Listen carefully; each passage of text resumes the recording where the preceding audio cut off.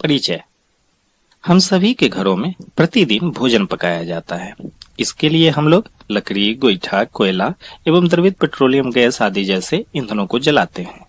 ठीक इसी प्रकार छोटे बड़े कल कारखानों, मशीनों एवं मोटर वाहनों आदि को चलाने के लिए भी कोयला, डीजल, पेट्रोल एवं प्राकृतिक गैस आदि जैसे ईंधनों को जलाया जाता है। क्या आपको पता है इन ईंधनों के जलते समय एक रासायनिक प्रतिक्रिया भी होती है? उसे क्या कहते हैं? उसे कहते हैं दहन। उद्देश्य। इस पाठ के अंत में आप निम्न करने में सक्षम हो जाएंगे: दहन क्रिया को समझना एवं इसे परिभाषित करना, दाह्य पदार्थ एवं अदाह्य पदार्थ में अंतर को जानना, ज्वलन ताप को परिभाषित करना तथा ज्वाला एवं इसके क्षेत्र को जानना। तो चलिए सबसे पहले हम जानते हैं कि दहन क्या है। मोमबत्ती जब जलती है तो यह जलते समय ऊष्मा और प्रकाश उत्पन्न करती है और कार्बन डाइऑक्साइड गैस छोड़ती है। ठीक इसी प्रकार कोयला भी जलकर ऊष्मा और प्रकाश उत्पन्न करता है और कार्बन डाइऑक्साइड गैस छोड़ता है। पर दोनों के जलने में एक अंतर है। मोमबत्ती जहां ज्वाला के साथ जलती है, वहीं कोयला ज्वाला के रहित, यानी कि कोयला जलते समय ज्वाला उत्पन्न नहीं करता है। इसके पीछे मूल कारण यह है कि मोमबत्ती चूंकि वाष्पित होकर जलती है, अर्थात यहाँ पे मोम वाष्पित होता है उसके बाद जलता है, जबकि कोयला बिना वाष्पित हुए। जो पदार्थ वाष्पित होने के बाद जलते हैं वे ज्वाला उत्पन्न करते हैं। पर इन दोनों के जलने में एक समानता भी है, वो ये कि दोनों जलने के बाद ऊष्मा और प्रकाश उत्पन्न करते हैं। अतः हम कह सकते हैं कि दहन एक ऐसी रासायनिक प्रतिक्रिया है जिसमें ज्वलनशील पदार्थ ऑक्सीजन की उपस्थिति में जलकर ऊष्मा और प्रकाश उत्पन्न करते हैं। दहन को समझने के बाद चलिए अब हम जानते हैं दाह्य एवं अदाह्य पदार्थ के बारे में। आप सभी ने अपने घरों में चूल्हे पर भोजन पकते हुए अवश्य देखा होगा। मिट्टी वाले चूल्हे में जब भोजन पकाने के लिए लकड़ी या गोईठा को जलाया जाता है तो लकड़ी तो जल जाती है, पर वो मिट्टी का बना चूल्हा एवं उसके ऊपर रखा वो बर्तन नहीं जल पाता। ठीक इसी तरह गैस चूल्हे में भी गैस ही केवल जलती है। धातु का बना वो चूल्हा या उसके ऊपर जो बर्तन रखे होते हैं वो नहीं जल पाते हैं। इससे एक बात स्पष्ट हो जाती है कि सभी पदार्थ ज्वाला के संपर्क में आने पर भी नहीं जल पाते। जो पदार्थ ज्वाला के संपर्क में आने से जल उठते हैं उन्हें दाह्य पदार्थ कहते हैं, जैसे कागज, गोईठा, लकड़ी, मोम, कोयला, केरोसिन आदि। ठीक इसके विपरीत वैसे पदार्थ जो हवा यानी ऑक्सीजन की उपस्थिति में नहीं जल सकते वे सभी अदाह्य पदार्थ कहलाते हैं, जैसे पत्थर, लोहा, बालू, मिट्टी आदि। अब चलिए जानते हैं ज्वलन ताप के बारे में। इसको अच्छी तरह से समझने के लिए चलिए हम एक प्रयोग करते हैं। एक मोमबत्ती लीजिए और उसको जलाइए और उसके लौ पे एक कागज को ले जाइए। कागज का टुकड़ा लौ के पास ले जाने से वो जलना शुरू कर देता है। अब उस कागज की जगह एक लकड़ी के टुकड़ा को लीजिए और उस लौ के पास ले जाइए। क्या हुआ? ये नहीं जल पा रहा है। कागज जैसे ही लौ के पास हम ले गए वैसे ही वो जलना शुरू कर दिया, जबकि लकड़ी बहुत देर तक रखने के बाद भी नहीं जल पा रही है। लेकिन बहुत अधिक देर तक रखने के बाद लकड़ी भी जलना शुरू कर देती है। ऐसा क्यों हो रहा है? एक बहुत पहले जल जा रहा है, दूसरे को जलने में समय लग रहा है। दरअसल सभी पदार्थों को जलने के लिए एक निश्चित ताप की जरूरत होती है। कुछ पदार्थ कम ताप पे ही जल उठते हैं, वहीं कुछ के लिए अधिक ताप की जरूरत पड़ती है। जिस ताप पे कोई पदार्थ जलना शुरू कर देता है उसका वह ज्वलन ताप कहलाता है, अर्थात वह न्यूनतम ताप जिस पे कोई पदार्थ जलना शुरू कर दे उस पदार्थ का ज्वलन ताप इग्निशन टेम्परेचर कहलाता है। फास्फोरस का ज्वलन ताप इतना कम होता है कि वह कमरे के तापमान पर ही जल उठता है। यही वजह है कि उसे पानी के अंदर डुबा के रखा जाता है। जिन पदार्थों का ज्वलन ताप बहुत कम हो और ज्वाला के साथ सरलता पूर्वक आग पकड़ लेते हैं, ऐसे पदार्थों को अति ज्वलनशील पदार्थ कहते हैं, जैसे द्रवित petroleum gas, LPG, petrol, alcohol, phosphorus आदि। ज्वलन ताप से संबंधित चलिए एक और क्रियाकलाप करके देखते हैं। इसके लिए आप एक मोमबत्ती जलाइए और उसके बाद एक कागज का कप बनाइए।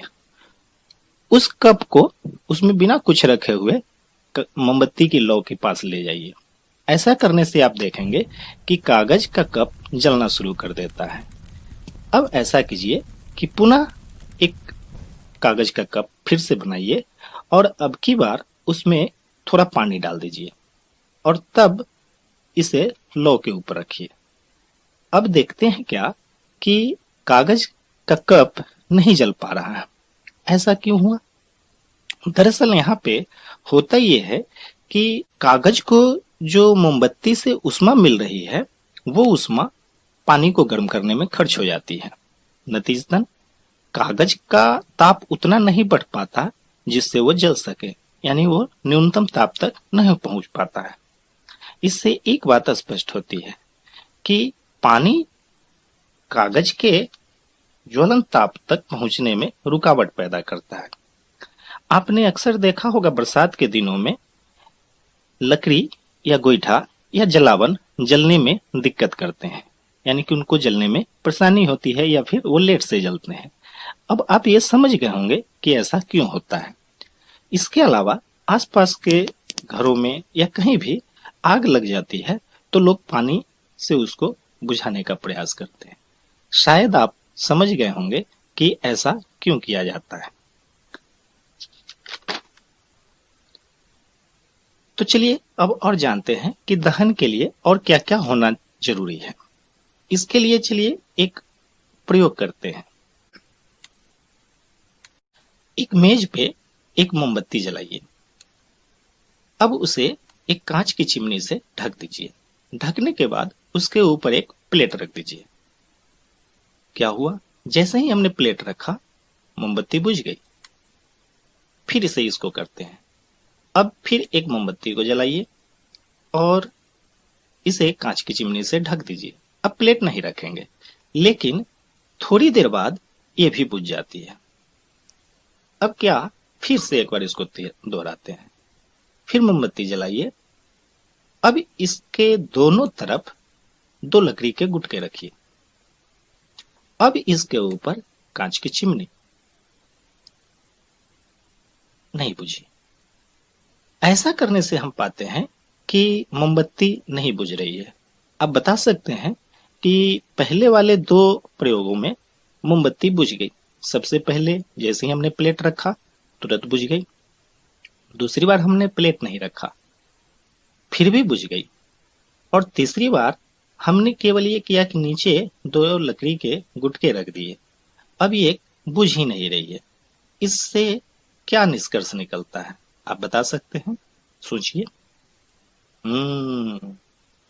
इसको नीचे से हवा मिल रही है, यानी ऑक्सीजन को आने जाने का रास्ता बन गया।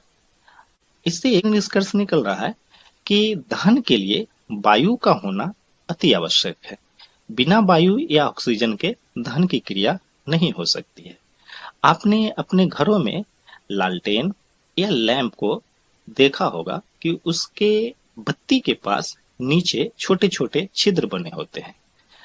ऐसा क्यों बना होता है? शायद आप समझ गए होंगे। तो चलिए, उपरोक्त क्रियाकलापों से हमने क्या जाना? उपरोक्त क्रियाकलापों से यही पता चलता है कि दहन के लिए 3 चीजों का होना आवश्यक है। पहला, ज्वलनशील पदार्थ का होना। दूसरा, ज्वलन ताप तक पहुंचने का उपाय।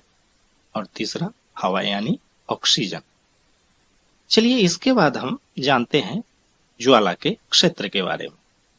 तो ज्वाला के क्षेत्र, दरअसल मोमबत्ती की लौ को ही ज्वाला कहते हैं और इसके 3 क्षेत्र होते हैं। बाहरी क्षेत्र, यह नीला एवं अधिक गर्म होता है। यह अदीप्त क्षेत्र भी कहलाता है। चूंकि सबसे ज्यादा ऑक्सीजन इसी क्षेत्र को मिलता है, इसलिए यहाँ पूर्ण दहन की क्रिया होती है। मध्य क्षेत्र की, यह बीच का क्षेत्र होता है और यह दीप्त होता है, यानी कि दिखता है।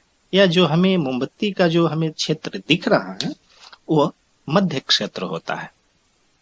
यह पीले रंग का होता है और यहाँ पे आंशिक दहन की क्रिया होती है, क्योंकि यहाँ ऑक्सीजन बहुत ज्यादा नहीं मिल पाता है।